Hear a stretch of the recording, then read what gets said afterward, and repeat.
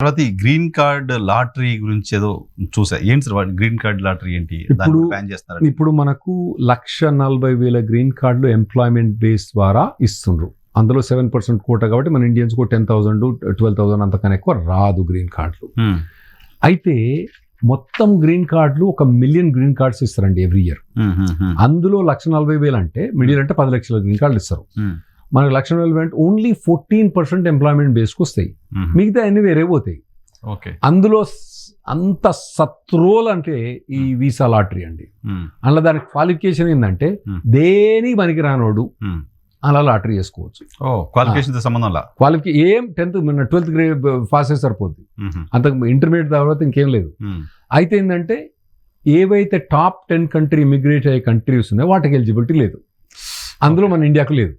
ఇండియాకు కానీ తర్వాత కొన్ని రోజులు పాకిస్తాన్ కూడా ఇప్పుడు లేదు, పాకిస్తాన్కు తర్వాత మెక్సికో కానీ అటువంటి చైనా కానీ ఇటువంటి కంట్రీస్కి లేదు అన్నట్టు. వాళ్ళు ఎవ్వరు కూడా ఒక లాటరీ చేసుకొని వాళ్ళకు 80,000 గ్రీన్ కార్డులు ఇస్తారు ఎవ్రీ ఇయర్. 80,000 green card. మనకి ఇంత ఎంప్లాయ్మెంట్ కష్టపడితే మనకేమో 1,40,000, వాళ్ళకేమో దేనికి పనికి రాని వాళ్ళకు 80,000 గ్రీన్ కార్డు. పర్పస్ ఏంటి సార్, అసలు ఎందుకు ఇవ్వాలనుకున్నారు దాన్ని? వాళ్ళు ఏంటంటే అమెరికా ఎప్పుడు కూడా డైవర్స్ ఉండాలి, ఒకటే కంట్రీస్ నుంచి ఎక్కువ ఉండొద్దు. ఏవైతే కంట్రీస్ నుంచి ఇమిగ్రేట్ కావట్లేరో వాళ్ళందరూ కూడా వాళ్ళకు ఛాన్స్ ఇవ్వాలని చెప్పి వాళ్ళు అప్పుడు క్రియేట్ చేసినప్పుడు. ఓకే, సో ఇప్పుడు ఎందుకు దాన్ని ఆపేస్తున్నాడు, బ్యాన్ చేస్తున్నాడు అని విన్నాను నేను. ట్రంప్ యాంటీ ఇమిగ్రేషన్ అని మనం కొత్తగా చెప్పాల్సి, ప్రతి సెంటెన్స్ లో చెప్పాల్సి వస్తుంది. అయితే ఒక ఆఫ్ఘనిస్తాన్ నుంచి ఒకతను ఏం చేసిండంటే అతను వీసా లాటరీ ద్వారా, ఈ వీసా లాటరీ ద్వారా గ్రీన్ కార్డ్ వచ్చిన తర్వాత అక్కడ పోయి షూటింగ్ మొదలు పెట్టిండు అన్నట్టు. వాళ్ళని షూట్ చేయబట్టి ట్రంప్ దాన్ని ఎక్స్క్యూజ్ చేసుకొని మొత్తం 80,000 గ్రీన్ కార్డులు పాస్ పెడతా అని చెప్పి అంటుండు. ఇది ఏంటి, ట్రంప్ గోల్డ్ కార్డు వచ్చేసింది 9 కోట్లు సంథింగ్ ఏదో నడుస్తుంది. ఇక మనకు మొదటి నుంచి కూడా ట్రంప్ కార్డు అని మొదలు పెట్టిండు. అయితే దీనికి కొద్ది రూల్స్ డిఫరెంట్ పెట్టిండు ఇది, కానీ అది ఎట్లా ఇంప్లిమెంట్ అవుతుందో మాకు అర్థం కావట్లేదు. ఎందుకంటే పార్లమెంట్ ఏం పాస్ చేయలే, ఇతనేం ఇస్తా అంటాడు, సిటిజన్షిప్ ఇస్తా అంటాడు, ఎట్లా అన్నది మాకు ఇంకా అర్థం కావట్లేదు. అయితే అతను ఏమంటాడంటే ఫస్ట్ ఒక 15,000 పెట్టి ఒక అప్లికేషన్ వేసుకో, నువ్వు ఎలిజిబుల్ కాగానే $1 మిలియన్ నాకు ఇచ్చేసేయి. $1 మిలియన్ ఇచ్చేసిన తర్వాత చూస్తా అంటాడు. అంటే ఆ $1 మిలియన్ డొనేషన్ మళ్ళా అందులో కన్ఫర్మేషన్ లేదు, ఇస్తే చూస్తా అంటే ఇస్తే. ఇప్పుడు కనుక ఒకవేళ కనుక నేను $1 మిలియన్ ఇస్తే నా గ్రీన్ కార్డ్ ఖచ్చితంగా వస్తామంటే నా దగ్గర 5,000 మంది క్లయింట్స్ ఉన్నారు రెడీగా. కాకపోతే $1 మిలియన్ తీసుకున్న తర్వాత గ్రీన్ కార్డ్ అసలు దీనికి బేసిస్ ఏందో కూడా తెలియదు. దాన్ని ఒక ఎగ్జిక్యూటివ్ ఆర్డర్ ద్వారా పాస్ చేసిండు. రేపు ఇవన్నీ వచ్చేమటు గ్రీన్ కార్డ్ వచ్చేమటుకు నెక్స్ట్ గవర్నమెంట్ వస్తుంది, వాడు ఎగ్జిక్యూటివ్ ద్వారా అవసరం లేదని అనుకోండి, ఈ $1 మిలియన్ బిగుతాయి, మొత్తం బిగుతాయి, రీఫండ్ క్లియర్ గా డొనేషన్ అని చెప్పి ఉన్నాడు. డొనేషన్ ఇచ్చేసిన తర్వాత వెనక రావు కదా, డొనేషన్ ఇచ్చిన తర్వాత మళ్ళీ దీంట్లో EB1 EB2 అని ఏమేమో అంటుండు. అవన్నీ ఇంకా క్లియర్ గా మనకు క్లారిఫై చేయలేదు అతను. అంటే ఏమైనా రెగ్యులేషన్స్ ఏమైనా లా ఏమైనా పట్టుకొస్తాడా మనకు తెలియదు. సో ఇప్పటి మటుకైతే పెద్ద ఎవరు ఇంట్రెస్ట్ చూపట్లేదు, ఎందుకంటే ఇది ఖచ్చితంగా లేదు, ఏది ఖచ్చితంగా లేదు.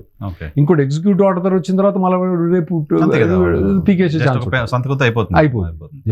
సరే, ఈ సోషల్ మీడియా వెట్టింగ్ది దానికి మనం ఒకసారి మాట్లాడుకున్నాం గతంలో. ఏదో ఒక సాఫ్ట్వేర్ ఉంది, ఆ సాఫ్ట్వేర్ ఇమిగ్రేషన్ లో వాడుతున్నారు, సోషల్ మీడియా ప్రొఫైల్స్ అన్ని కూడా దాని ద్వారా చేస్తున్నారు. పాలంటీర్. సో పాలంటీర్ లాంటి సాఫ్ట్వేర్ తో 1 డేలో మొత్తం అంత ఐడియా తీసుకొచ్చి పెట్టుకోవచ్చు. వై అక్టోబర్ 2026 దాకా టైం తీసుకున్నారు? ఇప్పుడు వానికి ఇవ్వాలని ఇష్టం లేదు వీళ్ళకి వీసా, వంక పెట్టినట్టు సోషల్ మీడియా తప్పితే ఆ సోషల్ మీడియా కోసం కాదు. సోషల్ మీడియాలో ఏంటంటే యాంటీ అమెరికన్ స్లోగన్స్, అంటే కొందరు ఉంటారు ఇవాళ లైఫే యాంటీ అమెరికా మీద, వాళ్ళకి మొత్తం ప్రతిదీ కూడా అమెరికా, ఇక్కడ కుక్క మురిగినా కూడా అమెరికా ట్రంప్ చేయబట్టి కుక్క మురిగిందని మొదలు పెడతానంటున్నాడు. అటువంటి వాళ్ళని వెట్టింగ్ చేయడానికి అతను ప్రాసెస్ పెట్టడం కరెక్టే, తప్పేం లేదు. కానీ దాని రీజన్ పెట్టుకొని మన వాళ్ళకి డిలే చేసిండు, అంతకుమించి ఏం లేదు. ఎందుకంటే ఆ సోషల్ మీడియా అన్ని కనుక్కోవడానికి సాఫ్ట్వేర్ పెట్టి టక్కన పెడితే అన్ని గుంజి పడేస్తుంది. కానీ అది కావాలని మన వాళ్ళను ఇబ్బంది పెట్టడానికి పెట్టిండు. సో అక్టోబర్ వరకు పెట్టండి. మళ్ళీ అక్టోబర్ కూడా సిగ్నిఫికెంట్ నెంబర్ కదా, అక్టోబర్ లేదు. యాక్చువల్ గా దాదాపుగా మార్చ్ ఎండింగ్ నుంచి ఉన్నాయి అపాయింట్మెంట్స్, దాదాపు అక్టోబర్ దాకా పోయినాయి.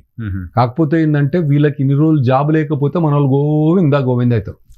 జాబ్ లేకపోతే చేస్తుంది కాబట్టి. ఓకే, తర్వాత డీన్యాచురలైజేషన్ గురించి విన్నాను సార్. ఏంటి అసలు డీన్యాచురలైజేషన్ వర్డ్ ఏంటి? ఇప్పుడు బై బర్త్ సిటిజన్షిప్ ఒకళ్ళు ఉంటారండి.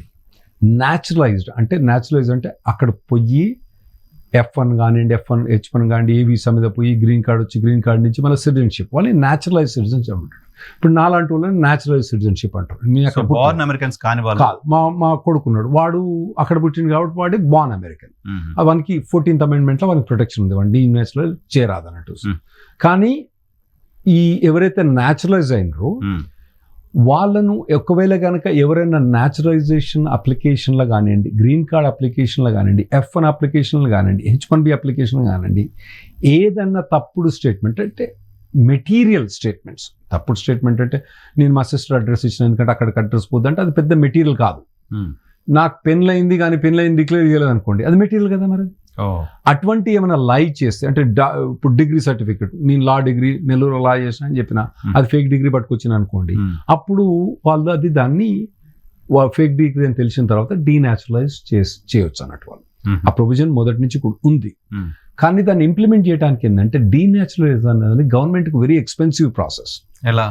మీరు ఇప్పుడు F1 వీసా ఉన్నాడు, వాని మీద మీకు నెగిటివ్ ఇన్ఫర్మేషన్ ఉంది, ఏం చేస్తారు? వీసా అయ్యారు కాదు, వాడు ఏం బిక్కున్నా ఆడ మొత్తం రాసి పెట్టేస్తారు. వీడు మొత్తం దొంగ దోషానంగాడు, వీడు డిగ్రీ సర్టిఫికేట్ ఫేక్ తీసుకొచ్చిండు అని చెప్పేసి వాడు ఎక్కడ పోయినా వాడికి వీసా రాదు. అది ఈజీ. తర్వాత వానికి అది మీకు తెలియలేదు ఏది డిగ్రీ సర్టిఫికేట్ ఫేక్ అని. ఆ తర్వాత వానికి H1B ఇచ్చిండ్రు, ఆ తర్వాత వానికి గ్రీన్ కార్డ్ వచ్చింది. ఆ గ్రీన్ కార్డ్ వచ్చినా కూడా గ్రీన్ కార్డ్ క్యాన్సిల్ చేసి కూడా వాడిని డిపోర్టేషన్ చేయొచ్చు. అది కొద్దిగా కాస్ట్లీ అయ్యింది వాళ్ళకి. ఎందుకు కాస్ట్లీ అవుతుంది? ఎందుకంటే వాడు అక్కడ US ఉంటాడు, వాడిని డిపోర్ట్ చేయాలంటే వాడిని తీసుకుపోయి జైల్లో పెట్టాలి, దానికి లాయర్ ఉండాలి, ఇవన్నీ ఖర్చు అవుతాయి కదా, దానికి ఎక్స్పెండిచర్ అయింది. సిటిజన్షిప్ వచ్చిన తర్వాత అది ఇంకా మేజర్ ఎక్స్పెండిచర్. మిగతా వాళ్ళేమో గేట్ దగ్గరకు వస్తారు, గేట్ దగ్గర నుంచి పంపించేస్తారు, లోపలికి వస్తాడు, లోపల ఇంట్లో ఉన్నాడు, బెడ్రూమ్లో ఉన్నాడు, వానికి పంపించాలంటే కష్టమైంది. సో ఆ ప్రాసెస్ అనేది డీన్యాచురలైజ్ ప్రాసెస్ అనేది ఎక్స్పెన్సివ్ ప్రాసెస్. కాకపోతే ట్రంప్ ప్రభుత్వం వచ్చిన తర్వాత ఒక బడ్జెట్ బిల్ అనేది ఒకటి పాస్ చేసిండు. నార్మల్గా పార్లమెంట్లో ఏవి పాస్ కావు కానీ డబ్బులతో కూడినవి పాస్ అవుతాయి. ఎందుకంటే వాటికి కావాల్సిన మెజారిటీ 51%. వానికి 2 రాజ్యసభల లోకసభల అంటే హౌస్ ఆఫ్ రిప్రజెంటేటివ్స్ లో తర్వాత సెనెట్ లో రెండిట్లో కూడా మనకి సింపుల్ మెజారిటీ ఉంది కాబట్టి అక్కడ పాస్ చేసుకుంటారు. అందులో వాళ్ళకు ఐస్ అంటే ఇమిగ్రేషన్ కస్టమ్ ఎన్ఫోర్స్మెంట్ కు అన్లిమిటెడ్ బడ్జెట్, అంటే వాళ్ళకి అడిగిన పైసలు ఇచ్చేసిన వాళ్ళకి. సో వాళ్ళకి బడ్జెట్ ఉంది కాబట్టి ఇప్పుడు డీన్యాచురలైజేషన్ ఎప్పుడు కానీ ఎవరు కూడా తప్పు ఇన్ఫర్మేషన్, మెటీరియల్ తప్పు ఇన్ఫర్మేషన్ ఏదైనా ఇస్తే దాన్ని పట్టుకొని ఇప్పుడు డీన్యాచురలైజ్ చేయడానికి ఎవ్రీ మంత్ 100 to 200 ఇప్పుడు ఇనిషియల్గా టార్గెట్ చేస్తుంది. ఇప్పుడు వాళ్ళు చెప్పే స్టాటిస్టిక్స్ ప్రకారం ట్రంప్ ప్రభుత్వం వచ్చిన తర్వాత ఒక 9 లక్షల మందిని వాళ్ళు డిపోర్ట్ చేసిండ్రు. 9 లక్షల మంది 9 లక్షల వాళ్ళు డిపోర్ట్ చేసిండ్రు. డీన్యాచురలైజేషన్ కాదు, డిపోర్ట్ చేసి తర్వాత 16 లక్షల మంది వాళ్ళంతలో వాళ్ళే వెళ్ళిపోయినరు. ఉండొచ్చు, స్టాట్స్ మాత్రం కరెక్ట్ ఉండొచ్చు అందులో. ఇంకోటి ఏంటంటే ఎవరైతే ఇల్లీగల్గా ఇమిగ్రేట్ అయ్యి వచ్చే వాళ్ళు ఉంటారు కదా బార్డర్లో, అక్కడ దాదాపుగా 5 to 10% పట్టుకుంటారు ఇప్పుడు. అంటే ఇదివరకు 100 మందిని పట్టుకుంటే ఇప్పుడు 5 మందిని పట్టుకుంటారు. అంటే మీరు అనుకుంటారు మిగతా వాళ్ళందరూ తప్పించు, ఎవరు వస్తలేరు, వస్తలేరు, భయపడే వస్తలేరు. మెక్సికో బార్డర్ అంతా అది I have to appreciate it. అన్నిటి ట్రంప్ ప్రభుత్వం అవుతుంది, అక్కడ మాత్రం బార్డర్ కంట్రోల్ మాత్రం బలి చేసిండు. అక్కడ ఎవరు కూడా వచ్చడానికి కూడా ప్రయత్నం చేసి మెసేజ్ పంపించాడు కదా, లోపల ఉన్న వాళ్ళని అందరినీ స్క్రీనింగ్ చేసి పంపించేస్తున్నాడు ఇవన్నీ చేసి మొత్తానికి ఓవరాల్ గా మాత్రం బార్డర్ మాత్రం ఓవరాల్ కంట్రోల్ బాగా వచ్చేసింది. నో డమ్కీ నౌ. ఎందుకంటే ఇదివరకు 1000 మంది పోతాను అనుకోండి, అసలు మీకు తెలియదు ప్రొసెషన్ అండి, 1000 మంది మేము ఇల్లుగల పోతాను అని వాళ్ళు ఒకటేసారి జులూస్ తీసుకొని బార్డర్ మీద అటాక్ చేస్తారు. అటాక్ చేస్తే వీళ్ళు ఎంతమందిని పట్టుకుంటారు, 10,000 మంది ఒకసారి వచ్చింది అనుకోండి, వాళ్ళ పేర్లోనైతే వెలువలేరు కదా, ఇప్పుడు బేల్చి పడేస్తారు. తక్కువ ఏమన్నా బేల్చి పడేస్తారు, వాళ్ళకి అథారిటీ ఉంది ఇప్పుడు, గవర్నమెంట్ ఇచ్చేసింది. సో భయపడి కూడా ఎవడు వస్తలేడు ఇప్పుడు. సో డంకీ అన్నది ఇప్పుడు తగ్గిపోయింది. ఇదివరకు 100 ఉంటే ఇప్పుడు 5 కూడా లేదు. ఉన్నా కూడా ఇదివరకు 200 మంది వస్తే 100 మంది పట్టుకునే 100 మంది తప్పించుకుపోయేది. ఇప్పుడు వాడు వచ్చేదే 5 మంది అయితే 5 మంది పట్టుకుంటారు. సో దాంతో ఏమైందంటే వాళ్ళకి ఎక్స్ట్రా రిసోర్సెస్ వచ్చినాయి, పని తక్కువైపోయింది. ఇప్పుడు వాళ్ళు దీని మీద పడతాను, ఇంటర్నల్ దీని మీద పడతాను వాళ్ళు. సో డీనాచురలైజేషన్ చేయడానికి సంబంధించిన అవకాశం పాత కేసులు ఏమైనా ఉంటే వాటిని కూడా ఎన్ఫోర్స్ చేసే ప్రయత్నం ఇప్పుడు చేస్తున్నారా?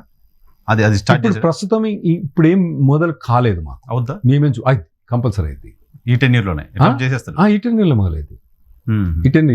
ఈ జనవరి నుంచి మొదలైంది. ఆల్రెడీ వాళ్ళకి అన్ని మొత్తం కొన్ని ఆల్రెడీ డాక్యుమెంటెడ్ ఉన్నాయి వాళ్ళ దగ్గర. డాక్యుమెంటెడ్ ఉన్నాయి కాబట్టి ఆల్ వాట్ ఏం తీసుకొచ్చి ఆ డాక్యుమెంట్ తీసుకొచ్చి కోర్టుకు ప్రజెంట్ చేసి చేయాలి. అంటే మీరంటే డాక్యుమెంట్ ఎట్లుంటాయి అంటే మీకు చెప్తున్నాడు, పాకిస్తాన్లో వాడు ఆల్రెడీ పెళ్లి అయింది వానికి, వాడు అమెరికాకు వచ్చిండు, వాడు ఆ పెళ్లి డిక్లేర్ చేయలేదు, వచ్చిన తర్వాత మళ్ళీ ఇంకొక అమ్మాయిని పెళ్లి చేసుకున్నాడు అక్కడ, ఏది సిటిజన్షిప్ కోసం సిటిజన్షిప్ తీసుకున్నాడు, మళ్ళా ఆమెకు డైవర్స్ ఇచ్చిండు, మళ్ళీ వెనుక పోయిండు, ఆ పెళ్ళాన్ని పెళ్లి చేసుకున్నాడు. వాడు పెళ్లి చేసుకున్న తర్వాత ఆ పెళ్ళానికి అంత ముందే 3 పూలగాన్లు ఉన్నారు, ఆ పూరగాన్లు కూడా వేరే వాళ్ళ పూరగాన్లు అని చెప్పిండు. ఆ తర్వాత వచ్చిన తర్వాత DNA టెస్ట్లో వీని పూరగాన్లని కూడా తెలిసిపోయింది. ఇవన్నీ వీడు అబద్ధం ఆడిండు. ఇవన్నీ తెలిసిపోయినా కూడా డీనాచురలైజేషన్ దాకా వాళ్ళకి కెపాసిటీ లేదు. ఇప్పుడు అటువంటి వాళ్ళందరినీ ఈజీగా డీనాచురలైజ్ చేస్తారు. కొందరు ఇప్పుడు ఏమంటారంటే లో హ్యాంగింగ్ ఫ్రూట్ అంటారు అన్నట్టు, అట్లా వాళ్ళకి ఇమ్మీడియట్ గా లో హ్యాంగింగ్ ఫ్రూట్ పట్టుకుంటారు. వాళ్ళు ఇమ్మీడియట్ గా ఉన్న వాళ్ళు చాలా మంది ఉన్నారు. వాళ్ళని ఫస్ట్ డిపోర్ట్ చేస్తారు, ఆ తర్వాత కొద్దిగా సోఫిస్టికేటెడ్ డిగ్రీ సర్టిఫికేట్ ఫేక్ చేసిన వాళ్ళు వీళ్ళందరూ పట్టుకుంటారు. సో కేసు అన్ని కూడా ఎన్ఫోర్స్ అవుతాయి. ఒక లెవెల్ మాత్రం ఎన్ఫోర్స్ అవుతాయి.